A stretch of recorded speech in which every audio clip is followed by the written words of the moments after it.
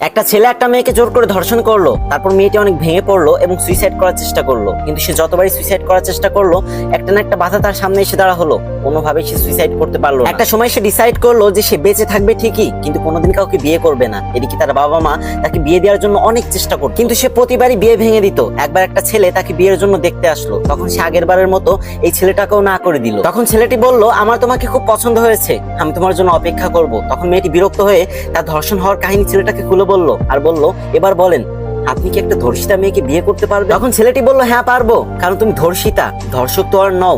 এই ভিডিওর শিক্ষণীয় বিষয় হচ্ছে এটাই, বর্তমানে আমাদের সমাজে কোনো মেয়ে ধর্ষণ হলেই আত্মহত্যার পথ বেছে নেয়। বোন, তুমি পর্দায় থাকার পরেও যদি কোনো ছেলে তোমাকে ধর্ষণ করে, তাহলে তুমি সুইসাইড কেন করতে যাও?